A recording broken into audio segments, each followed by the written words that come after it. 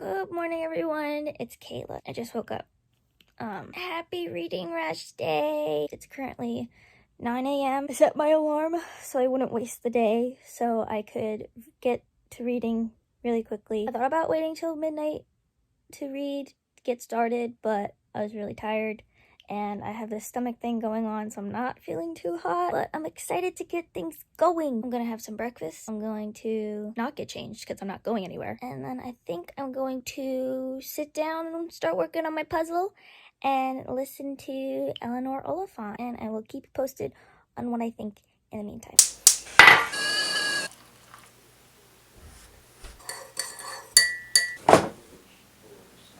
So here's what we got going on right now so far. I started working a little bit on this puzzle yesterday. Not a lot going on right now. It's a 1,000-piece puzzle. Long way to go. This is what it's gonna look like when it's done. It's so pretty. Pro tip from Kayla.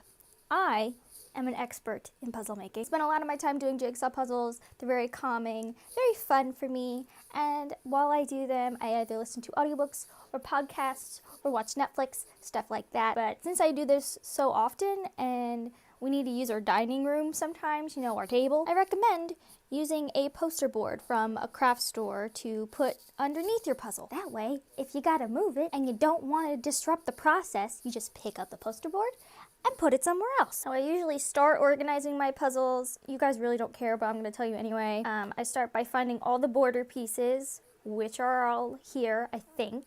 It's really easy to just get the frame that you need first. And then you go in and organize by color or object. So these are the pieces for the girl and her dress, I believe. Then we have some white pieces over here that would be easy to find. And over here we have a bunch of wildlife, whether it be animals or bugs or flowers that are scattered throughout. And then there's a lot of green. This is the hard part, but it's also the fun part, at least for me. So let's get to it.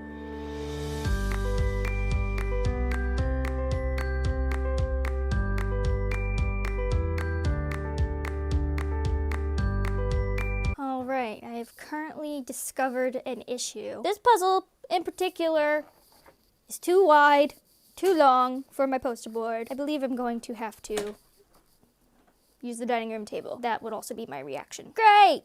Well, this is what I have going on right now. So, it's way later in the day, almost 2:30. And I came upstairs in my room because I needed a break from my puzzle. It's taken a toll. Oh my god, so much green. But I got some reading done in Eleanor Olaf is completely fine. I listened to 9 chapters, about 75 pages. It's not a lot, not as much as I wanted to get done right now, but I am slowly chugging along. I took a lunch break. Now I came upstairs. I think I'm going to start reading Wilder Girls. Since I'm reading Eleanor Olaf to complete the challenge of read a book in the same room, so I'm going to be listening to the audiobook in my dining room the whole time while working on my puzzle. And since I'm taking a break, I need to take a break from reading that book. So what am I thinking of Eleanor Olaf so far? Honestly, I'm not that thrilled about it right now. Not a lot is really going on in the story so far. There is a lot of mystery surrounding Eleanor and her family and her background, so that's kind of intriguing. Eleanor as a character, I understand she's supposed to be like an oddball and kind of different from everybody else and kind of an outcast and a loner. But I don't really like her. Not to say that you can't enjoy a book with an unlikable character, because as human beings, we're flawed. We're not perfect. We're not Mary Janes. But she can just be really rude and awful at times and not know about social cues. This made me laugh. One of the very first scenes in the book, Eleanor goes to get a bikini wax for the first time in her life. And may I remind you, she's almost 30 years old. But she doesn't know the kind of wax she wants, and she doesn't know what the difference is between each. And she doesn't want to embarrass herself by asking which one is which. There's a Brazilian, there's a French, and there's the Hollywood. So she chooses the Hollywood one because she thinks it's fancy. But after she gets it done, she yells at the lady that she took all of her hair away. Just for some background, the reason she gets this bikini wax is for a man that hopefully she wants to impress, and get in a relationship with. And this is not spoilers, but she says to the lady, she's like, what do you think? I'm trying to attract a pedophile? Like, oh my god. Another thing about this book is, since I'm listening to the audiobook, it's really fun because I actually didn't realize this book takes place in Scotland. So the narrator, this woman, does a really good job at giving voices to all the characters and her different versions of Scottish accents. It's really cool. That was a pleasant surprise. Other than that, I don't really have a lot to say about this book right now. I'm not that far into it, and I'm not super excited about it. I don't know. Maybe I'll try again later. Maybe I'll keep reading tomorrow, but right now I'm taking a break. I'm tired of the puzzle and listening to the audiobook. So I'm going to read a physical book right now, and I will get back to you.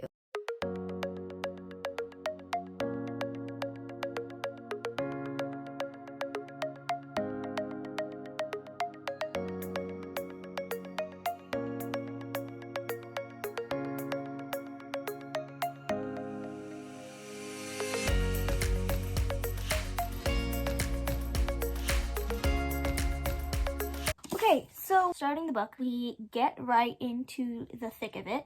It's been 18 months since this boarding school for girls has been trapped and quarantined on this island because there's some type of natural disease or toxic waste in the air. I don't know. I've only finished a chapter, but it's giving me a lot of Annihilation vibes if you've seen that movie. I heard there's a lot of body horror in this book, so I'm not looking forward to that. It's intense so far. Like, 3 girls just beat each other up for an orange, and it's very sad. A lot of mystery going on, not a lot of details into how this disease is taking a toll on these girls. All we know is it's changing their bodies in different ways into a natural thing. One girl's hand has scales all over it, and they say it's turned into this mangled thing. And then our main character, Hetty, her eye has sealed shut and there's stuff growing behind it. It's interesting. I'm gonna keep reading. So, side note, it's hours later. It's almost 7 o'clock. So my mom's birthday's tomorrow, and I decided to bake her cookies.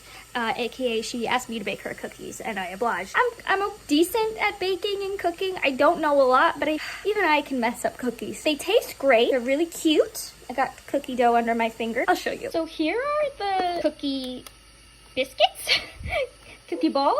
I don't know. Oh, there's Bill. Okay, bye, Billy. Yeah, so the bag said to make teaspoon-sized balls, and I didn't think that was right, but maybe it was.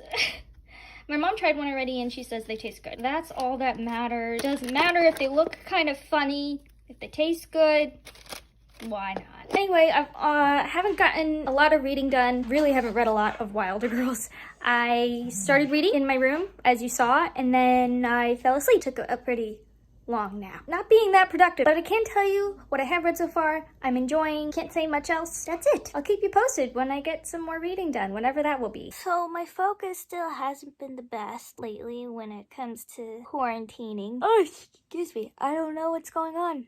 I am just not in the mood to read, but I want to. This is supposed to help. I know I shouldn't force myself. I literally haven't read since earlier in the day. You know, I baked the cookies, I had dinner, then I just sat on the couch with my mom and I didn't feel like reading. I just watched TV. And you know what? I don't want to put that pressure on myself. I don't want to force myself. This is supposed to be enjoyable and fun, and I don't want this to affect how I experience a book. That being said, I'm on page 15 of Wilder Girls, and still on page 75 of Eleanor Olaf. And we'll just see what happens. It's almost 10 o'clock, and I'm really tired. What's going on? I'll try and get some pages done tonight. If I get a lot done, great. If I don't, that's fine too. I'm zen. I'm chill. I'll see you tomorrow. Good morning. Sorry. Today is day 2 of the reading rush. It is once again 9 a.m. I woke up at 8:55 without an alarm. I'm very proud of myself. What happened last night is I read another chapter of Wilder Girls. I'm on chapter 3. Yay! And on page 34. So in total, I've read a little more than 100 pages this reading rush, including the pages I read in Eleanor Olaf while listening to the audiobook. Not doing too hot right now. I was hoping to at least complete 1 book yesterday, but I still have 3 more days. And I'm only reading 3 books. Decisions. Today, I'm going to get up. I feel like making pancakes, so I'm going to do that. And while I'm making pancakes, I'll be reading Wilder Girls. Yesterday was also the first day of the Instagram challenges, and I posted my submission right here. And it was really cute. It was from my thumbnail from last year's Reading Rush, so it was a little throwback. I enjoyed that. That reminded me the day before I posted my TBR video. BookCon announced that they were canceling this year. Originally, it was pushed back to July because of everything going on with this pandemic. But now it's too serious and it doesn't look like it's stopping anytime soon. So there's officially not going to be a BookCon until 2021. I'm very upset. I cried when I found out. But I definitely understand. Everybody's health and safety is much more important, especially with the fact that they're holding coronavirus patients in the Javits Center as we speak. We don't know how long this is gonna last, and taking the proper precautions is what we gotta do right now. Although I'm very upset this happened, it's for the best, and hopefully looking forward to Comic-Con in October. I hope it doesn't last this long until October. There will be more opportunities to get ARCs, not as many, but it's gonna happen. So am I disappointed that I don't have to spend $60 for my tickets and then more money for merchandise that I would ultimately get at BookCon? No, looking at the positives. Okay, I'll see you later. So, update, no more pancakes for breakfast for me because there is almost no more pancake mix. Guessing I'm having cereal. Hey yo, it's lunchtime. I think it's about 2:30, which is about the same time I gave you an update last yesterday, but I'm eating a sandwich. I took a break from Wilder Girls and went back to listening to my audiobook. I'm working on my puzzle. I'll show you that after I eat.